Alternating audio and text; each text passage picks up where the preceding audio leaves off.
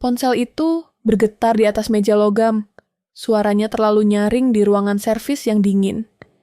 Lampu neon berkedip sekali, lalu stabil, sementara telapak tanganku basah oleh keringat yang tak ku mengerti asalnya. Aku berdiri terlalu dekat dengan meja, terlalu jauh dari pintu, dan perasaan tidak aman datang lebih dulu sebelum alasan menyusul. Di seberang meja, seseorang menggerakkan layar dengan ketenangan yang tidak seharusnya dimiliki orang asing. Ada jarak yang aneh, seperti ada dinding tak terlihat antara aku dan kenyataan. Kepercayaan yang kubawa masuk runtuh perlahan, tanpa suara. Lalu semuanya berhenti. Tidak ada bunyi, tidak ada gerakan. Hanya satu detail kecil di layar yang mengubah cara napasku jatuh. Sejak detik itu, aku tahu. Hidupku bukan lagi milikku sendiri. Ruangan terasa menyempit, waktu seperti menahan diri. Dan rasa dingin itu menetap di tulang. Pernahkah kamu merasakan momen ketika dunia berhenti? Tepat sebelum segalanya berubah? Pagi itu, hujan turun terlalu pelan, seperti ragu ingin benar-benar jatuh. Aku duduk di meja makan dengan ponsel di tangan. Layar menyala, rekaman suara lama, masih tertera di sana, meski sudah kututup berkali-kali. Rasanya seperti melihat bayangan sendiri di cermin yang salah sudut. Bukan menakutkan karena asing, tapi karena terlalu dikenal. Aku tidak membicarakannya dengan siapapun, bahkan dengan suamiku. Ada ketakutan kecil yang terus tumbuh. Jika aku mengatakannya keras-keras, semuanya akan terdengar berlebihan. Seperti ibu rumah tangga yang terlalu lama sendirian dengan pikirannya sendiri. Aku mulai mencari diam-diam, bukan pencarian dramatis. Tidak ada ruang gelap dengan banyak layar. Hanya aku, laptop tua, dan waktu yang kupotong dari jam tidur. Aku mengetik kata-kata sederhana. Sinkronisasi otomatis tidak dikenal. Rekaman suara muncul sendiri. Hasilnya terlalu teknis, terlalu panjang, terlalu yakin bahwa pembacanya mengerti lebih dari yang aku mengerti. Istilah-istilah itu terasa dingin. Akses latar belakang, hak administrator, remote permission. Aku membaca pelan, mengulang kalimat yang sama berkali-kali, berharap artinya berubah. Tidak berubah. Aku menutup laptop saat langkah kaki terdengar dari kamar. Anak kami bangun lebih awal. Aku tersenyum seperti biasa, menuang susu, memotong roti. Tanganku bergerak otomatis, tapi pikiranku tertinggal di kata-kata asing itu. "Bu, kok hari ini hujannya lama?" tanyanya. "Iya," jawabku. Kadang hujan juga bingung. Ia tertawa kecil, tawa yang bersih, tanpa beban. Ada rasa bersalah yang tiba-tiba menusuk, tajam dan cepat. Aku memalingkan wajah ke jendela. Siang hari, aku pergi ke warnet kecil dekat pasar. Tempat itu masih ada, tersembunyi di antara toko fotokopi dan konter pulsa. Aku memilih duduk di pojok, komputer yang kipasnya berisik. Aku tidak ingin menggunakan jaringan rumah. Entah kenapa, aku membuka forum-forum lama. Pertanyaan dari orang-orang yang juga terdengar ragu pada diri sendiri. Jawaban mereka tidak menenangkan. Beberapa menyebutkan tentang ponsel yang pernah disentuh pihak ketiga. Tentang perangkat lunak yang bisa bersembunyi, bertahan meski direset. Biasanya sih ketahuan, tulis seseorang. Kalau nggak ketahuan, ya karena memang dirancang begitu. Kalimat itu menempel lebih lama dari yang seharusnya. Aku menutup layar, memijat pelipis. Di luar, suara motor dan teriakan pedagang bercampur. Dunia berjalan seperti biasa. Hanya aku yang seperti tertinggal di satu titik kecil yang terus bergetar. Sore hari, aku mencoba bicara dengan suamiku. Tidak semuanya, hanya bagian yang aman. "Aku mau ganti ponsel," kataku sambil melipat pakaian. "Kenapa?" Ia tidak menoleh. "Yang ini agak bermasalah. Baru diservis," katanya. "Sayang uangnya." Aku nggak nyaman. Ia berhenti sebentar, lalu menghela napas. "Kamu akhir-akhir ini kelihatan capek. Jangan kebanyakan baca yang aneh-aneh." Kalimat itu tidak keras, justru terlalu lembut. Aku mengangguk. Aku tahu ia tidak bermaksud meremehkan. Tapi jarak itu semakin terasa. Seperti ada kaca tipis di antara kami. Malam datang dengan sunyi yang tidak ramah. Aku duduk di ruang tamu. Lampu sengaja kupadamkan. Hanya cahaya dari luar yang masuk lewat celah gorden. Ponsel ada di meja. Tidak kusentuh. Aku ingin melihat apa yang akan dilakukannya sendiri. Beberapa menit. Tidak ada apa-apa. Lalu layar menyala. Tanpa suara. Sebuah ikon kecil muncul di bagian atas. Ikon yang tidak pernah kulihat sebelumnya. Aku mendekat, napasku pendek. Ikon itu hilang sebelum sempat kupahami. Aku mengambil ponsel, membuka riwayat sistem. Ada aktivitas. Waktunya tepat saat aku duduk diam. Tidak ada nama aplikasi. Hanya angka dan kode. Aku menutup mata sebentar. Ada getaran halus di tangan. Bukan dari ponsel. Dari tubuhku sendiri. Aku mulai mengubah kebiasaan. Tidak lagi membawa ponsel ke kamar mandi. Tidak meletakkannya dekat anak. Aku mematikannya saat makan malam. Aku merasa seperti tamu di rumah sendiri. Bergerak hati-hati agar tidak memicu sesuatu yang tidak kupahami. Lingkaran sosialku menyempit tanpa sadar. Aku menolak ajakan teman. Membalas pesan seperlunya. Setiap notifikasi terasa seperti pintu yang diketuk terlalu pelan. Aku tidak tahu siapa di baliknya. Suatu hari, seorang teman lama menelepon. Ia bekerja di bidang IT. Kami tidak terlalu dekat, tapi cukup untuk berbasa-basi. Kamu kelihatan gak aktif, katanya. Aku lagi sibuk, jawabku. Kalau butuh cek ponsel, bilang ya, katanya santai. Sekarang banyak kasus aneh. Aku terdiam beberapa detik. Kasus apa? Ia tertawa kecil. Macam-macam, pelacakan, akses jarak jauh. Biasanya korbannya gak sadar. Nada suaranya terlalu ringan, seolah membicarakan cuaca. Korbannya? Tanyaku. Iya, kadang cuma tahu setelah lama. Setelah telepon ditutup, aku duduk lama di sofa. Kata lama itu bergema. Aku melihat kembali ke hari servis itu. Wajah teknisi, senyumnya yang singkat, tangannya yang terlalu yakin. Malam itu aku tidak bisa tidur. Aku menatap langit-langit, mendengarkan napas suamiku. Aku merasa sendirian, meski tidak sendiri. Ada rasa bersalah yang tumbuh perlahan, seperti jamur di dinding lembab. Bagaimana jika semua ini nyata? Bagaimana jika aku membawa sesuatu ke dalam rumah tanpa tahu? Aku bangun sebelum subuh, membuka laptop lagi. Aku menemukan satu artikel yang lebih tenang dari yang lain. Ditulis dengan bahasa sederhana, tentang tanda-tanda pemantauan aktif, tentang data lama yang muncul kembali, tentang perangkat yang bangun di jam-jam tertentu. Aku membaca sampai akhir. Ada satu kalimat yang membuatku berhenti. Peringatan sering muncul jauh sebelum korban menyadarinya. Aku menutup laptop. Tanganku gemetar. Aku teringat getaran pertama di dapur. Dengung halus yang kukira mimpi. Pagi itu, aku memandikan anak dengan lebih lama. Air mengalir, uap memenuhi kamar mandi. Aku memeluknya sebentar lebih erat dari biasanya. Bu, kenapa? Tanyanya polos. Nggak apa-apa, kataku. Suaraku hampir pecah. Aku merasa waktu bergerak aneh hari itu. Terlalu cepat, tapi juga berat. Setiap jam seperti menekan. Aku menunggu sesuatu, tapi tidak tahu apa. Sore menjelang, ponselku kembali menyala sendiri. Kali ini berbeda. Ada indikator kecil di sudut layar. Kamera aktif, tidak terbuka, hanya aktif. Aku tidak bergerak. Aku hanya menatap. Detik berlalu. Indikator itu mati. Aku duduk di lantai, punggung bersandar ke sofa. Ruangan terasa asing. Aku mendengar suara anak tertawa dari kamar. Suara suamiku di dapur. Semua normal. Terlalu normal. Aku akhirnya mengerti sesuatu yang sederhana dan mengerikan sekaligus. Bukan bahwa peringatan itu baru muncul, tapi bahwa aku memilih tidak melihatnya.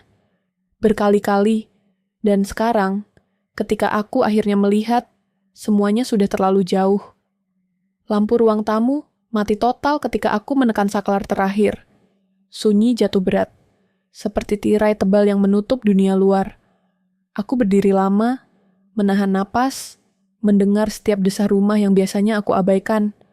Setiap detik terasa panjang, menekanku dari segala arah. Ponsel dan tablet anakku terkunci di lemari besi, kabel dicabut, baterai dilepas. Aku tidak ingin kejadian sebelumnya terulang. Tapi rasa waspada tidak hilang. Bahkan benda mati pun terasa hidup. Setiap bunyi, langkah dari luar, setiap ranting yang menabrak jendela membuat jantungku melonjak. Aku memeriksa jendela berkali-kali, memasang gembok tambahan, menutup celah-celah kecil. Rumah ini sudah bukan tempat aman lagi. Ia menjadi benteng rapuh. Rutinitas berubah drastis. Aku berjalan pelan, memastikan tidak membuat suara berlebihan. Makan di dapur hanya dengan lampu redup. Menyalakan televisi hanya jika tidak ada anak. Segala sesuatu diatur untuk meminimalkan risiko. Bahkan napasku kadang terasa terlalu keras. Suamiku duduk di sofa, diam. Wajahnya pucat, matanya mencari jawaban di layar laptopku. Kita nggak bisa terus begini, katanya pelan. Aku mengangguk tanpa kata. Kata-kata tidak cukup, tidak ada yang cukup. Aku mulai membangun strategi dengan sumber daya terbatas. Router dipisah, koneksi internet hanya untuk hal penting. Kamera dipasang di titik strategis yang sebelumnya tak terpikirkan. Setiap tindakan harus diperhitungkan.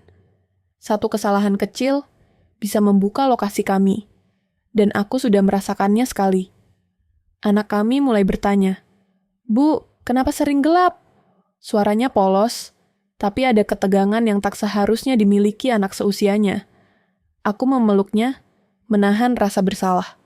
Setiap langkahku membawa potensi bahaya ke rumah sendiri. Aku menelusuri log aktivitas perangkat lagi.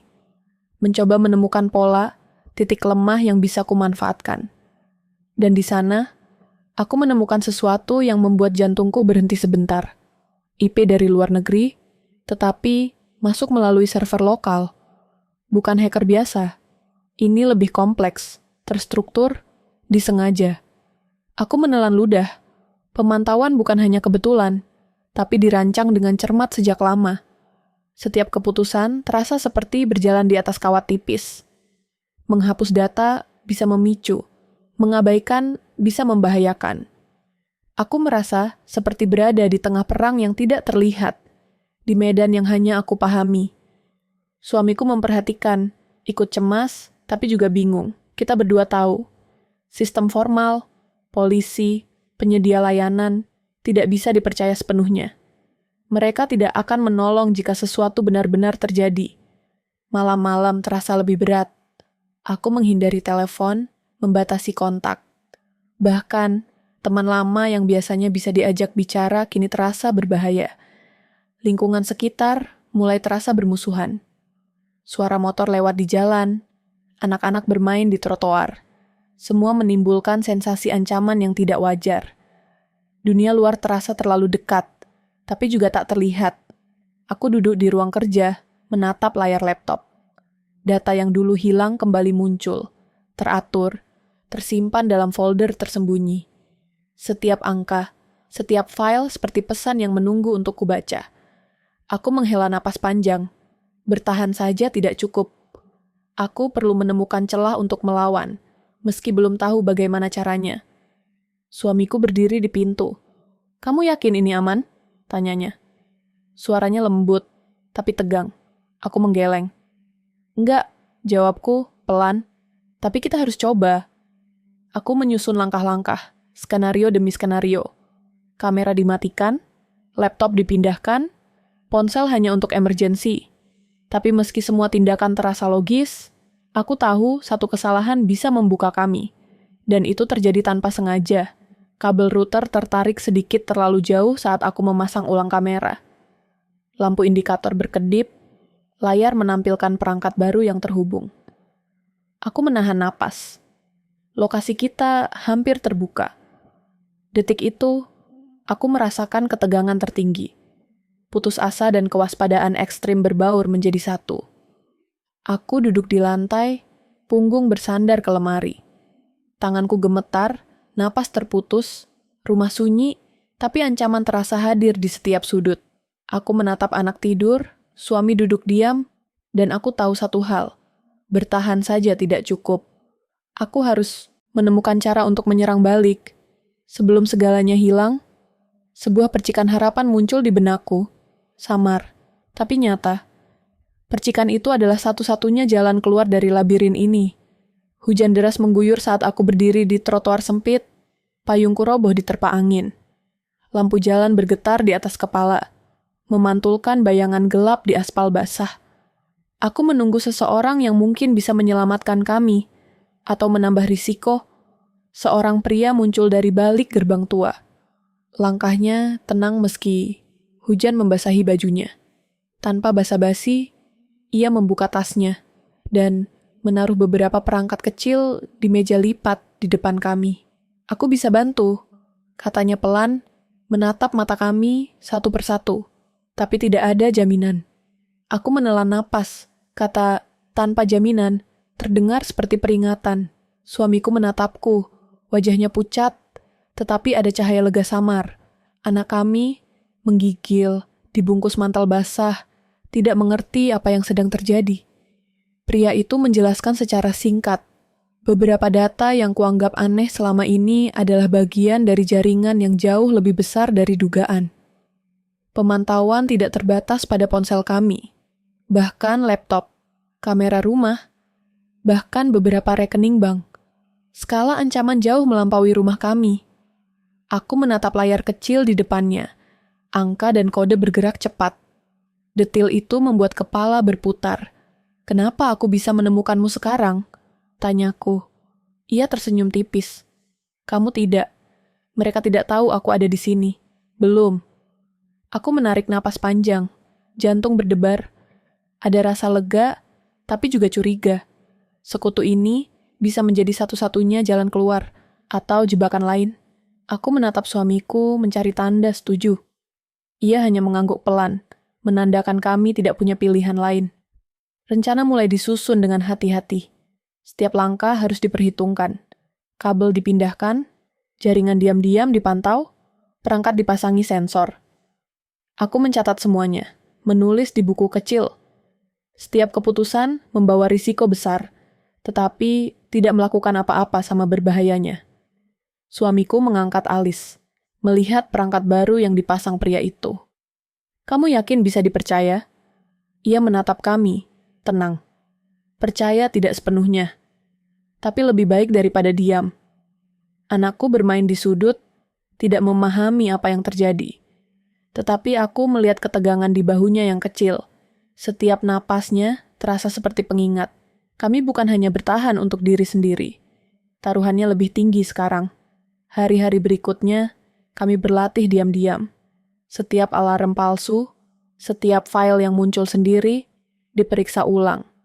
Tidak ada ruang untuk ceroboh. Setiap langkah, dari menyalakan lampu sampai membuka jendela, diperhitungkan. Lingkungan terasa lebih bermusuhan, tetangga, kendaraan yang lewat, bahkan suara alam terasa seperti pengamat tersembunyi. Aku mulai memeriksa tanda-tanda. Setiap perangkat yang terhubung, setiap notifikasi yang aneh, dianalisis.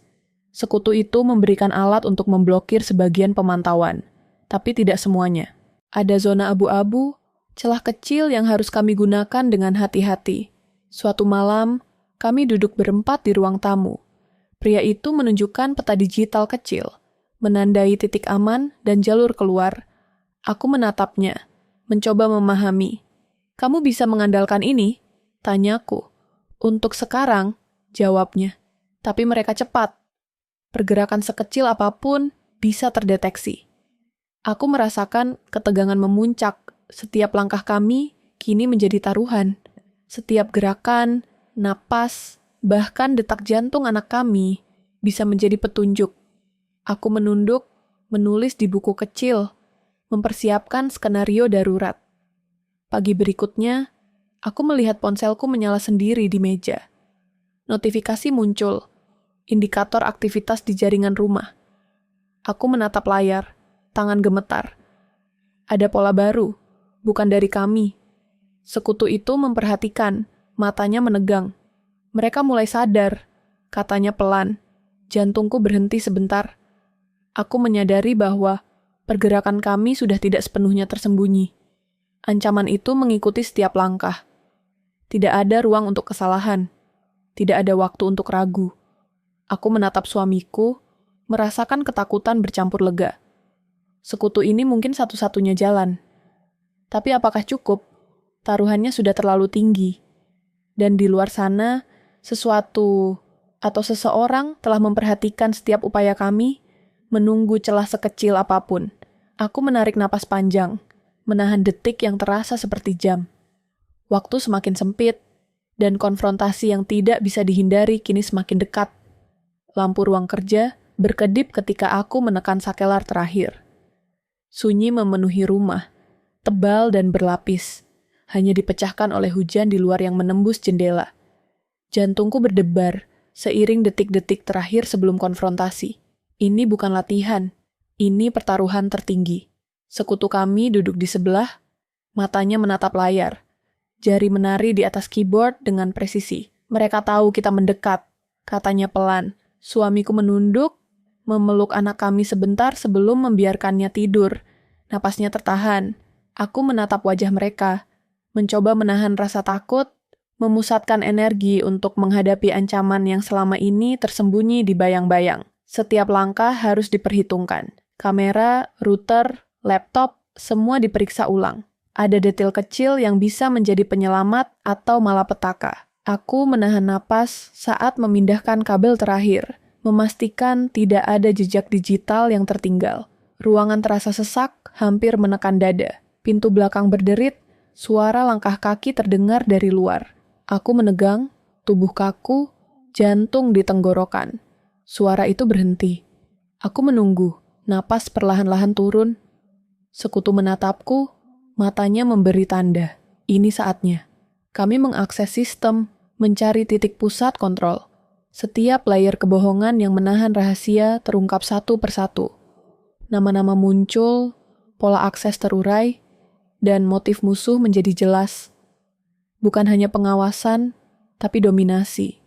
Kekuasaan atas kehidupan kami. Permainan psikologis yang dirancang untuk menghancurkan kepercayaan dan ketenangan. Aku merasa seolah berada di dalam lorong gelap, dikelilingi bayangan masa lalu dan kesalahan lama. Setiap klik dan perintah membawa risiko baru. Suamiku menatapku dengan mata cemas, tetapi aku melihat tekad yang sama di sana. Kita akan menghadapi ini bersama. Di tengah proses, alarm kecil berbunyi. Peringatan dari perangkat kami sendiri. Ancaman mencoba memblokir akses. Aku menahan napas, tangan gemetar, tetapi fokus tetap terjaga. Ini adalah momen hampir kalah, di mana satu keputusan salah bisa menghancurkan segalanya. Aku menahan diri, menekan tombol terakhir, dan sistem merespons. Jalan terbuka. Mereka muncul melalui layar, suara yang dingin dan terkendali. Kamu pikir bisa menghentikan semuanya? Kata suara itu lebih seperti bisikan yang merasuk ke tulang. Aku menatap monitor, napas terputus-putus, tetapi tidak mundur. Ini sudah selesai, jawabku. Kata-kata itu sederhana, tetapi membawa seluruh berat keberanian yang terkumpul selama berminggu-minggu. Ruang kerja terasa hening sejenak. Layar menampilkan penghapusan akses musuh. Semua data yang menjadi alat mereka kini dikunci. Jalur pemantauan terputus. Aku menatapnya, merasakan keadilan yang datang, tetapi mahal. Lelah yang menempel di otot, ketegangan di dada, trauma yang membekas di kepala. Suamiku menaruh tangan di pundakku. Kita hanya duduk sejenak, mengatur napas. Anak kami bangun sebentar, matanya besar, polos. "Kenapa gelap?" tanyanya. Aku tersenyum tipis, menyentuh rambutnya. Dunia mungkin kembali normal untuknya, tetapi kami tahu dampak psikologisnya nyata. Kemenangan ini datang dengan biaya. Rasa aman yang hilang, kepercayaan yang rapuh, dan luka yang tidak terlihat. Lampu menyala stabil, hujan mereda di luar, tetapi rumah masih terasa asing. Aku menatap layar terakhir, memastikan tidak ada celah yang tersisa. Kebenaran kini berdiri tanpa penyangga. Semua rahasia, semua manipulasi terungkap. Tetapi ketika aku menarik napas panjang, ada getaran halus di meja. Sebuah notifikasi muncul, tidak dari perangkat yang kukontrol. Aku menatap layar. Jantung berdetak keras. Kemenangan telah diraih, tapi konsekuensinya baru mulai terlihat. Sunyi menutup ruangan, dan aku tahu. Badai telah lewat, tapi luka masih tersisa. Sinar matahari menembus jendela, lembut dan hangat, menyapu ruang tamu yang kini sunyi. Aku duduk di sofa, memandang ke arah anak kami, bermain di lantai, dengan mainan sederhana, tertawa ringan tanpa beban. Keheningan itu terasa asing, tapi menenangkan sekaligus pahit. Rumah mulai terasa seperti milik kami lagi, meski setiap sudut menyimpan bayangan lama. Kabel tersusun rapi, perangkat disembunyikan atau dimatikan, dan lampu menyala stabil. Aku menatapnya, sadar bahwa rasa aman harus dibangun kembali dari nol, perlahan, dengan hati-hati, tanpa terburu-buru. Suamiku duduk di sebelah, menyeruput kopi. "Kita bisa bernapas sekarang," katanya pelan. Aku menoleh, tersenyum tipis. "Ya, tapi kita tetap harus waspada." Kata-kata itu sederhana, tapi membawa makna. Kita belajar menghargai ruang dan waktu yang sebelumnya kita anggap biasa. Aku membuka laptop, menatap layar terakhir dari semua skema pertahanan yang kami buat. Tidak ada alarm, tidak ada notifikasi aneh. Semua telah terkunci. Rasanya lega, tetapi pahit. Keadilan datang bukan untuk menghapus luka, tetapi untuk memberi penutup yang realistis. Aku menutup laptop, menahan napas sebentar, membiarkan kelegaan itu meresap perlahan. Hari-hari berikutnya, kami berjalan perlahan, memulihkan ritme rumah tangga. Aku memeluk anak lebih lama saat bangun, menatap matanya dengan kesadaran baru bahwa keamanan bukan sesuatu yang bisa dianggap remeh. Suamiku ikut memperbaiki rutinitas, memastikan kita semua terlibat, bukan hanya bertahan. Setiap keputusan kecil kini dilakukan dengan pertimbangan baru. Aku mengecek perangkat sesekali, tapi tanpa rasa panik. Aku belajar menerima bahwa kontrol penuh tidak mungkin, tetapi kewaspadaan bijaksana bisa menjadi pelindung. Di malam hari, kami duduk bersama di ruang tamu, lampu redup, hujan pelan di luar. Anak tertidur di pangkuan kami. Aku menatap wajah suamiku, merasakan rasa syukur bercampur kelelahan yang mendalam. Kata-kata tidak perlu diucapkan. Keheningan ini sudah cukup untuk mengikat kembali kepercayaan yang sempat terbelah. Aku menulis di buku catatan, bukan untuk merinci ancaman, tetapi untuk mengenali luka yang tertinggal. Setiap baris adalah pengakuan bahwa trauma itu nyata, bahwa kami selamat, dan bahwa ketahanan adalah makna yang harus dirayakan. Matahari pagi berikutnya masuk melalui celah jendela yang sama.